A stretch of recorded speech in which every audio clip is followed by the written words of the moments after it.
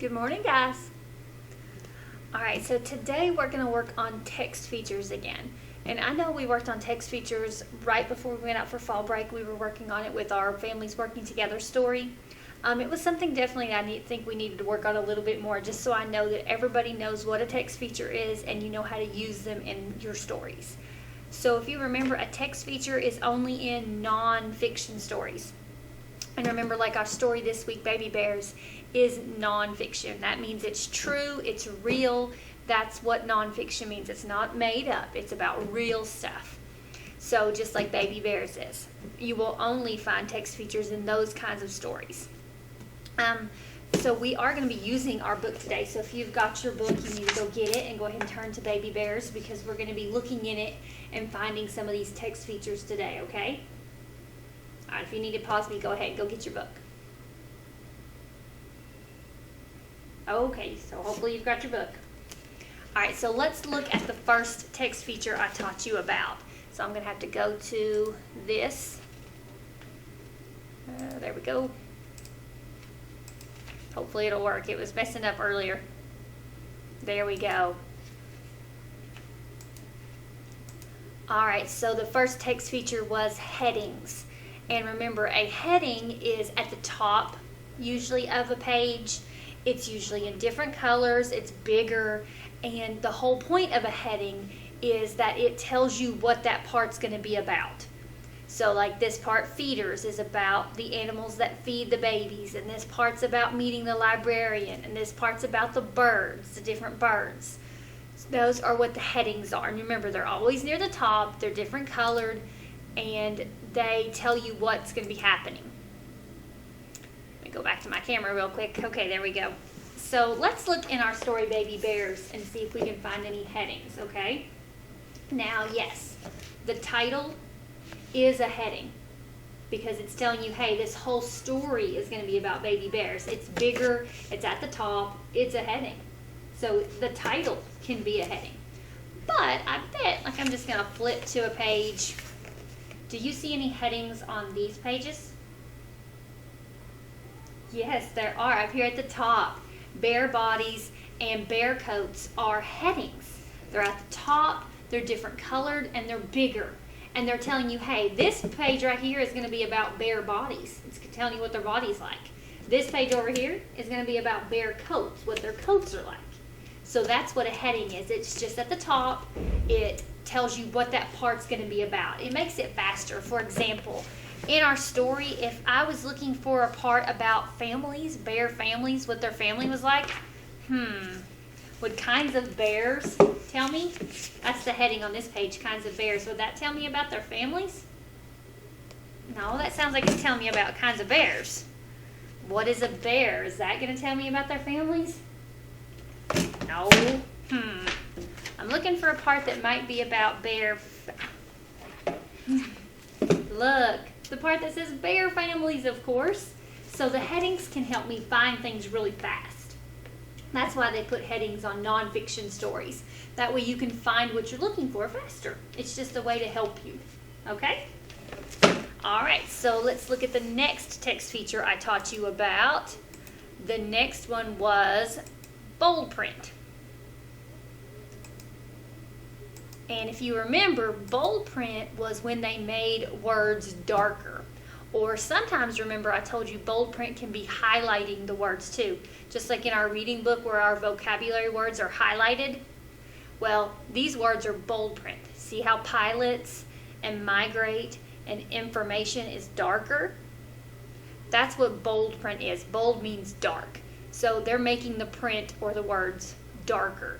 And I know you remember why they do that. Why do they make some of the words darker? Because they're important. Very good. They do that on purpose to say, hey, these are important words. You need to know them. Probably you need to know what they mean. That's usually why it's bold.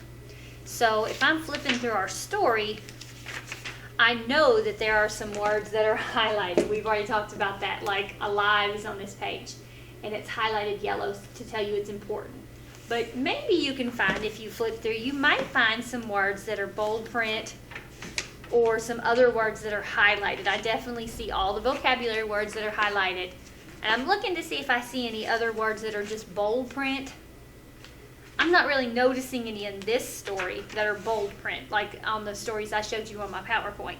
But we definitely have words that are highlighted, and that's the same thing as bold print. So remember, they bold print the words, or they highlight the words to tell you that these are important words. You need to know what they mean. All right, so let's look at the next text feature I went over. Captions. Remember, a caption is when they have a picture or a photograph, and a caption is where they tell you what is the picture or what's happening in the picture. It's the words on the picture. See, like this one saying, hey, that's a female and she's feeding the baby meerkats. I bet she's a mammal. And then on this caption, it's telling you, hey, these are the names of those different kinds of birds. And then on this caption, it's telling you, hey, this is a snowstorm in New York City. It's telling you this is what those men are walking on, in case you thought it was marshmallows or something. Now you know it's not marshmallows, it's snow, because that's what the picture tells you it is. That's what the caption tells you. So captions are just on a photograph, and they just tell you, hey, this is what's happening. So let's look in our story and see if we can find any captions. Found one like on the second page. There are two captions right here. This picture right, trying to move my hand the right way, there we go. This picture right here, look at the words underneath it that tell you what's happening. Also, there is a caption right here, and it's telling you, hey, this is what's happening in this picture. That caption tells you. That's a caption. If I look in here, I know I can find other captions in here. I'm looking. Ooh, there's a good one. On this one with the polar bear. My hand's always on a different side when I look at the camera, so it's confusing to me. But the one with the polar bear, right underneath it, you see the caption? Yeah, it's telling you that, hey, this is what's happening in that picture, or this is what that picture is about. So that's what they put captions there for. They help you know, hey, what's happening in this picture? What's going on? I've had kids reading a nonfiction book before, and they've come over and shown me a picture, and they're like, what is that? I'm like, well, let's read the caption, because the caption will tell you what it is a lot of times. So if you see a caption, you need to read it, because it's explaining what the picture is, okay? That's all captions are. All right, let's look at another one real quick. All right, so we have charts and maps. Our story last week did have a chart in it. It was telling you, I think it had something to do with consuming and buying, producing and consuming. But these books also have, there's a chart, like a chart that tells you the animals and how fast they are. Here's a chart that tells you about like the land and the water. It might also have a map. This map tells you about Washington, D.C. And then this map tells us about the world and where the insects live in the world. So nonfiction stories may have charts and maps. Our story this week, I didn't notice any charts or maps in our story this week. Did you? I'm looking through each page. Do you see any? I've not noticed any yet. Remember, a chart is going to look like those charts we've been making with our nouns, where we've been making like the lines. That's a chart. And I'm not seeing any of those in our story this week, unless I've missed some. I don't really see any charts. Nope. I did kind of notice one on the back at the end of the story. There is a chart right here that's talking about main idea. That is a chart, but it's not really part of the story. That's at the end. So there were no charts or maps in our story this week, so we won't be able to look for those when we look later, because this book doesn't have any. Not all nonfiction books are going to have all of these things. This one doesn't have charts and maps. That's okay. Let's look at the next one, though. And this is a new one that I didn't teach you about last week. So this is a new one. All right, this one is called a diagram. Can you guys say diagram? Good, diagrams. And I'm going to show you what a diagram is. Do you see this picture of the bird on this page? Do you see these words and they have arrows? Yeah, it's saying, hey, there's a beak, and it shows you this is where the beak's at. And it's saying, hey, those are legs, and this is where the legs are at. And there's the wing, and it's pointing to it. And there's a feather, and it's pointing to it. That's a diagram. When you have arrows that show you where stuff is at, that's a diagram. Just like over here on this one. It's pointing to show you these are the pilots. So they've got arrows to show you that's where stuff's at. That's a diagram. And I know that we have a diagram in our story this week. Can you find the diagram in our story? I'm pretty sure we have one. Do you see it? I found one. At least there might be more than one, but I just found one. I'm looking to see if there's any more. Remember, the diagram will have kind of the lines or the arrows that show you where stuff is at. Did you find it? I'm keeping my hand there because I found it. I'm just making sure there's not any more anywhere else. I'm not noticing any. Although I see this part where it tells you about how the bears grow, and it's like the big circle. That's not really a diagram, even though I see arrows. It's not a diagram because it isn't pointing to show you where stuff is at. Are those arrows showing you where stuff is at on the bear? No. But on this page right here, where on bare bodies, okay, this page on bare bodies, do you see how it tells you where stuff's at and then it points to it with the arrows and the lines? Yeah, that's a diagram. And it's saying, hey, this is where that's at, and this is where that's at, and this is where that is at. So that's a diagram. It just has the arrows and the lines, and it shows you where stuff's at. That's all a diagram is. It just shows you where stuff is at. All right, and then I think there is one more that we need to look at, and I'm not sure this one's in the story either. The last one is called a pronunciation key. And I'm going to show you this. I don't think we have any pronunciation keys in our story this week, but you are definitely going to see pronunciation keys in nonfiction books. And this is a pronunciation key right here. These little curvy things are tongue twisted again. These little curvy things are called parentheses.